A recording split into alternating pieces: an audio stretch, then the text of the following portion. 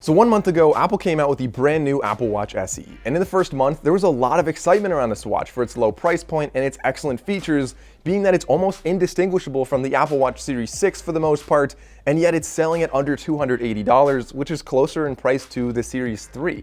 Now, this gives a lot of people the opportunity to buy an Apple Watch who would otherwise just not be able to afford one. But now that it's been 1 month, it's time to step away from what this watch can do on the spec sheets and start talking about what it's actually like to use on a day-to-day basis. Now, I've been wearing the Apple Watch SE every day for the past month, and I found some things that were both good and bad. So in this video, I'm going to break down my favorite features and the biggest drawbacks I found after wearing the Apple Watch SE for a month. Now, I'm going to break this down into kind of a pro-con layout. And keep in mind, this is just based on my own experiences, so each of these might bother different people more or less. So comment down below and let me know if you've been wearing the Apple Watch SE, what your favorite and least favorite features are about the watch. Now, getting into it, I want to start off with the first drawback I found when I'm going for runs, which is going to be a big part of wearing this watch for a lot of people. It's great for tracking fitness, but I found that it's not quite a complete package. So it has almost everything I need, but it's missing one big thing that's really bothering me. So when you run, you have GPS, you have heart rate, you have a great display that tells you, how long you've been working out, you can keep tabs on everything, you can even listen to music on here with earbuds. But the drawback is you don't have offline Spotify. And I know it has offline Apple Music and things like that, but realistically, I know a lot of other people use Spotify, and it's just such a big drawback to not be able to use my own playlists and stuff like that without having my phone. And so I find that I end up running with my phone, which again kind of defeats the purpose of what I really wanted this watch to do. So that's a really big drawback there. If you have Apple Music, it's not a big deal at all, and maybe eventually they'll come out with the Spotify player on your Apple Watch. But at least for now, that's certainly a drawback. Now, getting over to the first pro I want to talk about, just keeping things really simple, the Apple Watch is a pretty mature watch. We see so many other smartwatches out there that just really struggle to do basic stuff. And being that this watch is just so well developed by now, you don't have any problems with that. The speaker quality, the microphone quality, the Siri functionality, all of it's going to work really well on this watch. And I find that overall, everything that this watch claims it can do, it does really well. It has almost no issues with that. And so the interface on here is going to be a huge plus, and overall the infrastructure, again, it's not going to be very buggy at all. And this goes all the way down to even the little nuances as well. For example, like if I'm texting somebody, every time I get a notification, it doesn't ding on my watch right away unless I'm not looking at my phone. So it notifies me on my phone, and then if I don't reply to that within a couple seconds, it notifies me on my watch, which I like that it's not going to just bombard me with notifications. Like, it's the little things like that Apple really does right with their watches. Now, shifting back over to a drawback with this watch, while a lot of these sensors are pretty accurate, and I'll talk a little bit more on that later on in the video, I found that some things were surprisingly weird. Like, it did a good job of knowing how many staircases or flights of stairs I went up in a day, but the stand hours, so if you look at your rings for the day, you have 3 different rings. One of them, I believe it's the blue one, is going to be your stand hours. How many hours in the day did you stand up, or were you sitting for the entire hour? And I found that this is not especially accurate. While sometimes it does a decent job and it can get close enough, I have a standing desk, so I pretty much stand all day, every day. Occasionally I sit down, but I know how many standing hours I should have per day, and a lot of times it's off by maybe 1 or 2 or 3 hours. Not that that's going to matter that much for everybody, and of course it's going to be relatively difficult for my watch to know if I'm standing or sitting, being that my desk is already elevated, but still, it's a metric that Apple chose to make one of your 3 most important metrics of the day, being in your health rings, and yet it's not the most accurate one out there. And getting back to a positive note here, something Apple does really well, specifically on your phone, is it syncs really well between different watches. So I have the SE and I have the 6, and I've been going between them a little bit during the month, wearing sometimes 2 watches at once. And Apple does an excellent job of knowing which one you're using and synchronizing everything between the 2 watches. So if I get a new app on one watch, it'll show up on the other watch. It's something that I really like having, especially when they're all under the same account, obviously. Now, I'm sure a lot of you might be wondering, if you're buying the Apple Watch SE, it's so much cheaper than the 6, but what are the differences, and do they matter on a day-to-day basis? And that was something I was kind of keeping an eye on and observing over this month. So the 2 big differences that you're missing on the Apple Watch SE, well, 3 big differences. The first one is the ECG. And I found that the ECG is something that I personally did not miss. Being younger and healthier, and I don't have any heart problems, like, I just never use an ECG. If I wasn't wearing a watch, I wouldn't worry about that. And then when I am wearing a watch, when you first get an ECG on your watch, you're excited, you try it out once or twice. but after you see that every single time it just says sinus rhythm and it's totally normal, I don't use that feature. So in the entire month of using this, I didn't miss that feature. Even when I was wearing the Apple Watch 6, I barely ever used that feature other than just to test it out and see how the feature worked.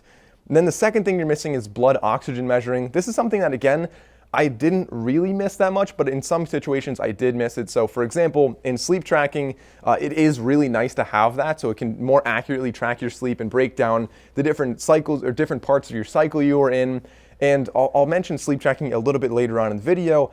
But then the third thing that you're missing on this Apple Watch SE here is going to be the high-end processor that you're getting, the chip that you're getting on the Apple Watch 6. So this one has the same processor as the 5, but realistically speaking, it's still really fast. I didn't notice any kind of sluggishness when opening apps. Like, nothing is slow on this watch. It works very well. It's very fast, and for most people, you probably won't notice the difference in speed from this processor to the Apple Watch 6. So looking at those three things, a lot of people would be very happy with the SE instead of the Apple Watch 6, which after wearing this for a month, I can say is a huge pro about this watch. It's so much, much better price and still doing everything that I was looking for. Now, getting to a drawback, what I was missing was the SpO2 sensor, the blood oxygen measuring when you're sleeping. So I found that the sleep monitoring on this is almost useless, at least with the native app here. It tells you like when you fell asleep and when you woke up, and that's kind of it. It really doesn't tell you much more than that. And considering that so many other watches out there as cheap as $50 are able to do this in a much better fashion, and they're able to really break down every part of your sleep cycle and give you a nice digestible sleep score to tell you how well you slept, like this watch not doing that, I think is kind of a weird corner that Apple cut. So if you're worried about your sleep tracking, which honestly is one of my favorite features about smartwatches, it's definitely a big drawback here, not getting great analytics on that, because personally, I like to be able to test different things and kind of optimize my sleep. Sometimes if you're tired in the morning, you don't necessarily know why, but if you can change the temperature, change your pillows, change stuff like that, eventually you can figure out what works best for you and just feel better every day. Getting back to the positives, what this Apple Watch does well, and really what pretty much every Apple device does well, is it makes everything, as far as connectivity goes, seem like behind the scenes magic. Like, you don't know why things work, but they just do. It doesn't tell you that it's connecting by Bluetooth. You don't have to go on your phone and do stuff. Like AirPods and your phone and your Apple Watch just all fit together really well, and it does a great job of making things very seamless. And another big positive is if you have a Mac or an iMac or a MacBook or whatever you have, it is really nice that you can unlock your Mac with your Apple Watch. So when you're in proximity, when you're close to your Mac, it can just automatically unlock. I think that's a cool feature to have. Now, I know before I said there were three big things that are cut out on this watch compared to the Apple Watch 6, but I suppose that's not correct. There's actually a fourth one, which is another big drawback here. This watch doesn't have an always on display. This is something that bothered me a little bit while wearing this watch. I got used to it because sometimes like I turn it off anyway to save battery. But an always on display means that when you're sitting there and you're not looking at your watch, it will show something instead of just a black rectangle. With this one, it's going to be a black rectangle unless you're looking at the watch, which means that the aesthetic of this overall is going to be compromised a little bit. It doesn't look as nice to wear. So a small drawback, yes, but ultimately it is going to be good for your battery life. The battery life on this, like I said, is going to be lasting about maybe 2 days if you're lucky, depending on how much you're using GPS, sometimes a day and a half. So I usually just charge this one overnight because, like I said, sleep tracking doesn't really do that much for me anyway. Another big positive with this watch is that you have Apple Pay on here, of course, and Apple Pay, again, is so widely accepted. It's so easy to use, and so you can type in your credit cards, your debit cards on your phone, and then they will be here on your watch. And what I like about this one, I know a lot of other watches have a similar thing, Garmin Pay, Fitbit Pay, Google Pay, right? Like, they all have essentially the same thing. But I like how Apple Watch doesn't make you type in a password or like a PIN every time you go to use the card. Instead, they make you type in a PIN when you put the watch on. It's able to detect when it's on or off of your wrist. And once you type it in, then you're good. Anytime you want to use Apple Pay, you just push a button, use Apple Pay, and it's just a really quick, easy way to use your credit cards. So then lastly, I really like the feature on here that is Siri's like lift and speak feature, where you just lift the watch up to your mouth and start talking.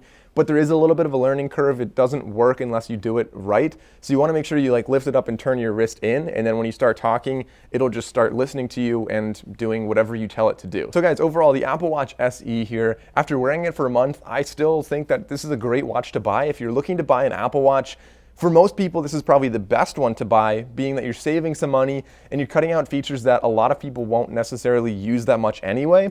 But again, if you really want the ECG, if you really want blood oxygen measurements, then maybe the Series 6 is going to be better. And then, of course, the other thing you're missing is the always-on display, which I'm not really sure why they cut that out on this one. It seems like such an easy thing they could add, but regardless, it's not on this watch. If those are the only compromises out there, at least for me, I would be picking this watch every single time. I think it's a great buy, and I'll have a link down in the top of the description so you guys can see the latest price because, I mean, Black Friday, stuff like that, it is likely to go on sale. So check that link out for the latest price, guys. If you enjoyed this video, consider liking and subscribing. Comment down below any questions you have about this watch. Thanks for watching, guys. See you next time.